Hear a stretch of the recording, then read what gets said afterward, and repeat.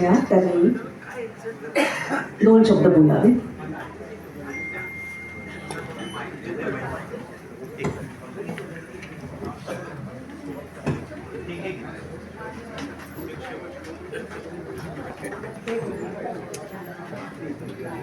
खर तर सगळीकडे सध्या अमृत महोत्सव सुरू आहे. त्या अमृत महोत्सवामध्ये खऱ्या अमृताचा शिडकाव असलेला हा माणूस बनवून चोडकर. माणसं अमृताच्या नावाने सध्या विष पण देत असतात, पण अमृत महोत्सवामध्ये माझा मित्र ॲडव्होकेट मनमोहन चोडकर, आम्ही त्याला मनोहर चोडकर बोलत होतो, एक विलक्षण झपाटलेला माणूस. म्हणजे पाठपुरावा एखाद्या विषयाचा कसा करावा हे शिकायचं असेल तर चोडकरांकडे शिकावं लागेल. जिद्द कशी असावी ती शिकायची असेल तर पुन्हा चोडकरांकडे शिकावी लागेल. तर मग त्यांच्या भाषणात सहज बोलले ते की मला नगरसेवक व्हायचं होतं, पण 20 वर्ष थांबले ते, आता नाही झालं का दुसऱ्या दिवशी दुसरी डिग्री लावतात. एकच कुंकू लावून उभा राहणारा माणूस, असं निष्ठावंत शिवसैनिक, वंदनीय शिवसेना प्रमुखांचे आशीर्वाद लाभलेली, त्यांच्या हयातीत नगरसेवक असलेली आदरणीय उद्धवजींसोबत या सगळ्या कठीण काळात सुद्धा तितक्या ताकदीनं उभं राहणार. आणि खास करून मला अभिमान वाटतो सांगायला की नानाशंकर शेटांचं नाव या खरं तर आपण छत्रपती शिवाजी महाराज टर्मिनस ज्याला आता म्हणतो त्याला द्यायचं होतं. वंदनीय शिवसेना प्रमुखांनी सुद्धा त्याची शिफारस केली, त्यांच्याही मुखात तेच आलं होतं. पण पुढे राजकारण केलं, अर्थात आमच्या दैवताचंच नाव आल्यामुळे सगळे गप्प राहिलो आपण. आणि त्याच्यानंतर मग मुंबई सेंट्रलला नाव द्यावं यासाठी हा माणूस इतका पछाडलेला आहे. आज तुमच्यासमोर त्यांनी सांगितलं नव्हतं, पहिल्यांदा कळलं बुलगारी कधी काढणार आहेत ती. आता ती बुलगारी त्यांनी ठेवून दिलेली आहे. मला कधी कधी म्हणून मी म्हणालो, मग सुरुवात अशीच केली की अमृत महोत्सव आयुष्याची 75 वर्ष, देशाची 75 वर्ष. काल कोणाची 12 वर्ष झाली म्हणून ढोल वाजवले गेले. देशाचे 12 वाजले तरी चालतील, पण माझा 12 वर्ष नाही. आम्ही देशाचे 12 वाजवतो. मला कधी कधी वाईट वाटतं. ते असतील काही जण त्याचे समर्थक असतील, भक्त पण असतील, त्याला अंध म्हणू की नाही मला माहिती नाही, पण इथेही भक्त असणार सांगतो मला मी. माझा तुमच्या सगळ्यांना भक्तांना सुद्धा प्रश्न आहे, का वाटत नाही तुम्हाला असं की नानाशंकर शेटांचं नाव द्या ही मागणी करावी लागते? हीच करता लज्जास्पद गोष्ट आहे. हीच करता लज्जास्पद गोष्ट आहे. ज्या माणसानं इथं या सुनील प्रभू आमचे आलेले, म्हणजे बापू आमदार, शिवसेनेचे नेते नेते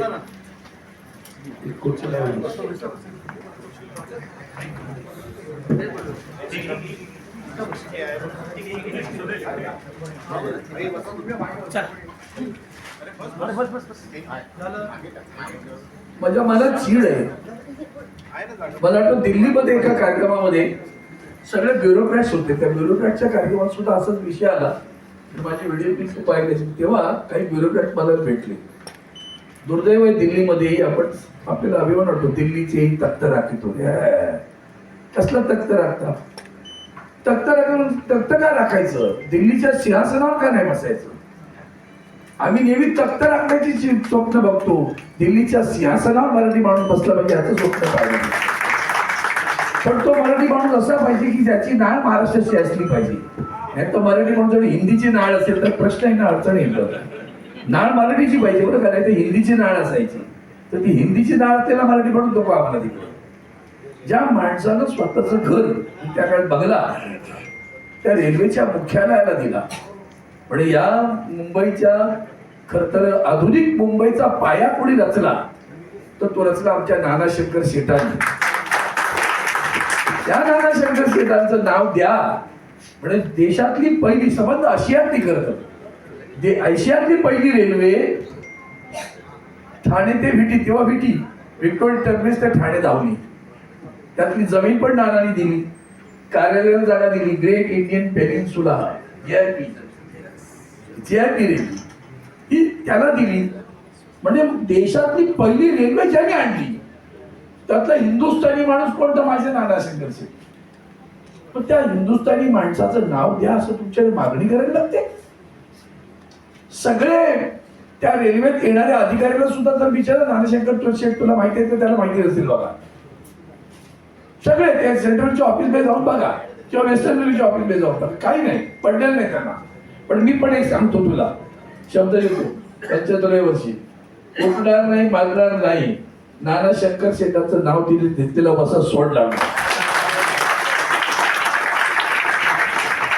लोक समोर बोलतच राहणार, मागत राहणार, भांडत राहणार, लढत राहणार, शून्य असतील काय जेवढं मिळेल तेवढं करीन. पण तुमच्याकडे बघून सुद्धा त्यांना वाईट वाटत नाही. म्हणजे मला आश्चर्य वाटतं असले राज्यकर्ते आपल्याला मिळाले आणि दुर्दैवाने त्याच्यापेक्षा घाणेरडे भक्त मिळाले. राज्यकर्ते नालायक असतील पण भक्त नालायक असले तर वांदे आहेत ना. भक्तांचे डोळे उघडत नाही. देश कुठे नेऊन ठेवलाय आपण याचं काहीच वाटत नाही. बस रोज हिंदू मुस्लिम नाही तर जय श्रीराम. आमच्या जावगाडीत मंदिर आहे, रामनवमीला जातो एकदा वर्षात. बाकीच्या वेळेला रामाचं चिंतन करत असतो आणि ते लोक आम्ही चिंता करतो ते चिंतन करून धंदा करतात. आम्ही रामांचा बाजार नाही मांडला, आम्ही रामाची भक्ती केली. आम्ही रामावर बाजार नाही मांडला, बाजार मांडलाय. बरं ही वेळ नाहीये त्याच्या अमृत महोत्सवात राजकारणावर जास्त बोलायची, पण असलंच कडवट आहे म्हणून मला थोडस ते आलं. इतका म्हणजे वहिनी आमच्याशी म्हणाल्या की आम्ही अरेंज मॅरेज आहे.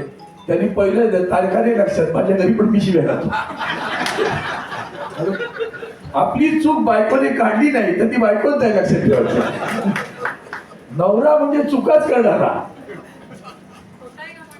नवरा म्हणजे वेगळा, नवरा म्हणजे सगळे दुर्गुण असतात ते आपल्या नवऱ्यात असतात. पण ती त्याच्यातलं प्रेम पण असतं. त्या प्रेमानं आपण दोघं जण इतके दीर्घकाळ आपला संसार चालवते. 75 अमृत आहे. अमृत महोत्सवात अमृतासारखं वागावं, अमृतात शिरकाव पडावं. आणि मला इच्छा आहे तू 87 हो, पण त्या 87 होण्यामध्ये काही दीर्घायुष्य मिळावं, उत्तम आरोग्य असंही तू, पण त्यात मात्र तुझ्या मनाची जी इच्छा आहे नाना शंकर शेठांचं नाव घेणं ते करण्याचं सामर्थ्य तुला देऊ. त्याचा थोडासा चिकन मातीचा वाटा मला होता तर त्याने मला आनंद वाटेल. जय हिंद, जय महाराष्ट्र.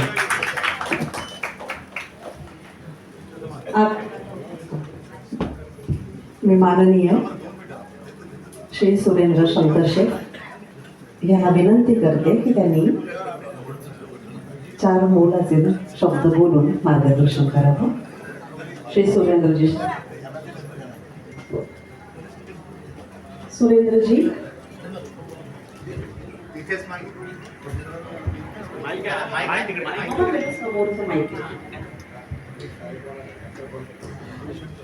माननीय श्री सुनील प्रभू तुमचं स्वागत करते.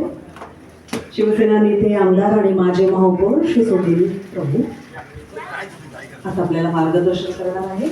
तत्पूर्वी स्टेजवर मनमोहन सोनकर यांचा सत्कार होतो आहे.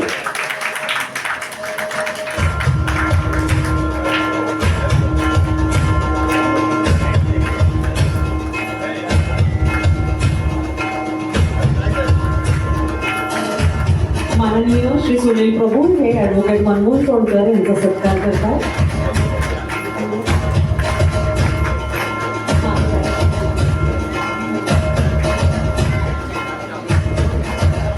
श्री अरविंद सावंत.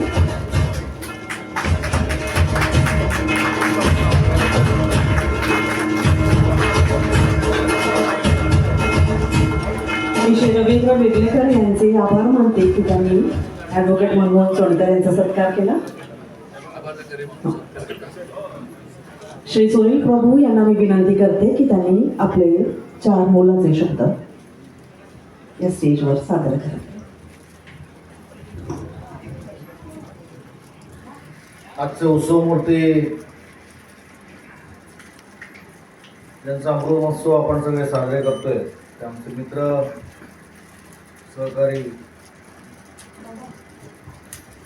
ॲडव्होकेट मनमोहन सोनकर.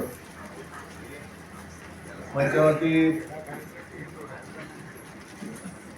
या अमृत महोत्सवाच्या निमित्ताने उपस्थित असलेले आमचे नेते खासदार सन्मान्य अरविंद सावंत साहेब, बिर्लेकर साहेब, हर्षवर्धनजी, मंचावरती उपस्थित असलेले सगळेच मान्यवर. आजचा कार्यक्रम खूप वेळ झाला. अरविंद सावंत यांच्या भाषणानंतर कदाचित तुम्ही शुभेच्छा त्यांना योग्य होणार नाही, परंतु आपली परवानगी घेऊन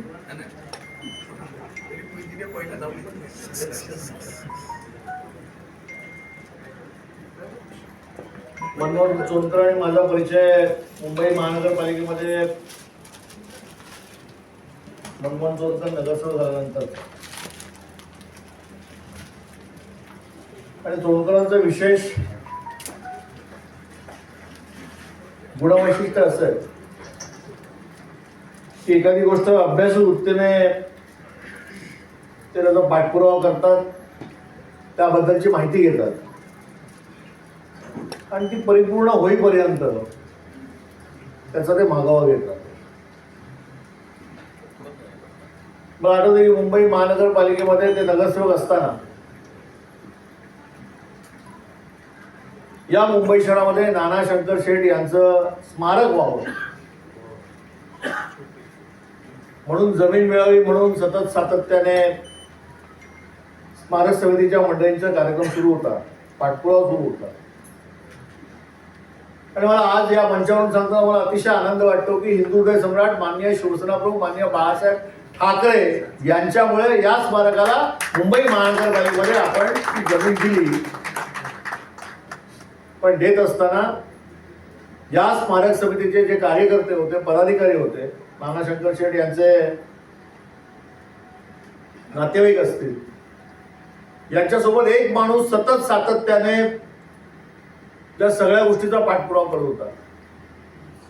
आणि मला आठवतंय की त्या काळामध्ये यांनी पण केला होता की या स्मारकाला जोपर्यंत जमीन महानगरपालिका देत नाही, तर अरविंदजी आपले भाषण मी ऐकत होतो की ज्या माणसाने आपल्या आयुष्यातील आपली संपत्ती ब्रिटिशांच्या काळामध्ये सार्वजनिक सेवेसाठी दिली, अशा माणसाचं नाव देण्यासाठी आपल्याला या ठिकाणी विनंत्या अर्ज करावे लागतात. त्यापेक्षाही त्या काळात असलेलं सरकार म्हणजे मुंबई महानगरपालिका आमची सत्ता, परंतु लोकप्रतिनिधीपेक्षा अधिकार प्रशासकीय अधिकाराला असतात.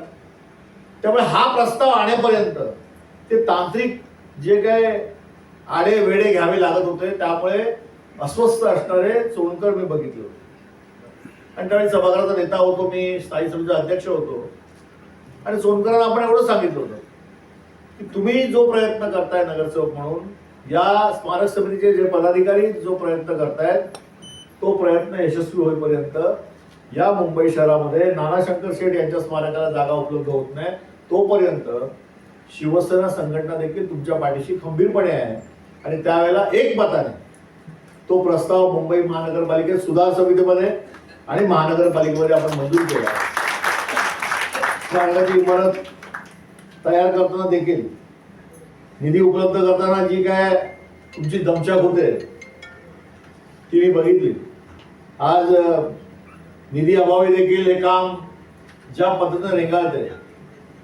अरविंद सावंत साहेब, मी स्वतः मुख्यमंत्र्यांना पत्र लिहिलं की मुंबई महानगरपालिकेने जमीन दिली आहे, नाना शंकर शेठ यांचं एवढं मोठं योगदान या देशासाठी आहे, मुंबईसाठी आहे, आणि त्यांच्या स्मारकाला आपण एवढे पैसे मुख्यमंत्री सहाय्यता निधीतून आणि शासनाकडून जर ग्रामीण भागापर्यंत नको नको असलेल्या सगळ्या गोष्टीसाठी देत असाल, तर नाना शंकर शेठ यांच्या योगदानाच्या निमित्त नाना शंकर शेठांना देखील राज्य सरकारच्या वतीने या स्मारकासाठी आपण पैसे दिले पाहिजे अशी मागणी मी केली.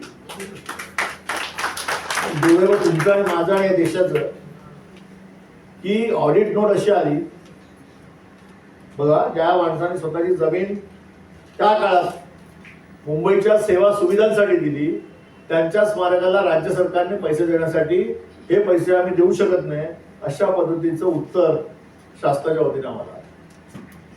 म्हणजे खरोखर या सरकारचा निषेध करावा असं वाटतं. सरकार कोणाचंही असू दे, अरे पण एका कर्मयोगाने ज्या काळात स्वतःच संपत्ती देशासाठी दिली, त्याच्या स्मारकासाठी पैसे देण्यासाठी सरकारकडे पैसे नाहीत, हे बघितल्यानंतर अतिशय म्हणजे मनाला दुःख होतं. एका बाजूला लाखो रुपयाचा भ्रष्टाचार होतो. मुंबई महानगरपालिकेच्या ब्युटिफिकेशनच्या कामामध्ये 1200 कोटीचा भ्रष्टाचार झाला. साहेब, ब्युटिफिकेशन म्हणजे काय केलं माहितीये का? ते लोकांना मी सांगतो परत एकदा की मध्ये असलेले जे डिवायडर आहेत ना ते काढले, त्याची रंगरंगोटी केली, त्या टाईल्स पुन्हा लावल्या, ती माती टाकली, झाडं लावली आणि सगळ्यात महत्वाचं म्हणजे मुंबई महानगरपालिकेचे असलेले दिवेचे खांब आहेत ना, त्याला मी जगात सगळीकडे फिरलो पण अशी लाइटिंग मी बघितली नाही. त्याचं वर्णन राज ठाकरेंनी केलं होतं, माहिती आहे ना तुम्हाला अशी लाइटिंग कुठे असते. अशा लाईट लावल्या, त्याला 1200 कोटी रुपये खर्च केले. हिशोब नाही, बिलं काढली, कॉन्ट्रॅक्टरचे पैसे काढले, पण नानांच्या स्मारकासाठी देण्यासाठी पैसे नाही. ही परिस्थिती या सरकारची आहे. पण शेवटी मला माहिती आहे की आपण सगळे संघर्ष करणारे माणसं आणि शिवसेना प्रमुखांनी मान्य आम्हाला आमच्या आयुष्यामध्ये हेच शिकवलं की संघर्षातून सगळं मिळवायचं आहे.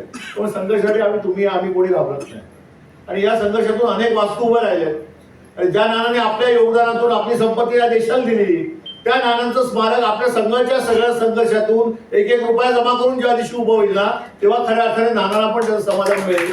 त्यासाठी हे काम येणाऱ्या काळामध्ये आपल्या सगळ्यांना पुढे न्यायचं आहे. आपली ती सगळी इच्छा जी आहे ती आपण आता माझ्यापूर्वी बोलून दाखवली. त्यामुळे तुमच्या सगळ्या या कामासाठी मी खरोखर मनापासून तुम्हाला शुभेच्छा देतो. तुम्हाला दीर्घ आयुष्य, उत्तम आरोग्य लाभू दे. वहिनी, मला माहित नाही काय भाषण याच्यापूर्वी केलं, पण चोंडकरांचा स्वभाव असा आहे की एखाद्या गोष्टीत ते बारीक बारीक पीस काढत राहतात.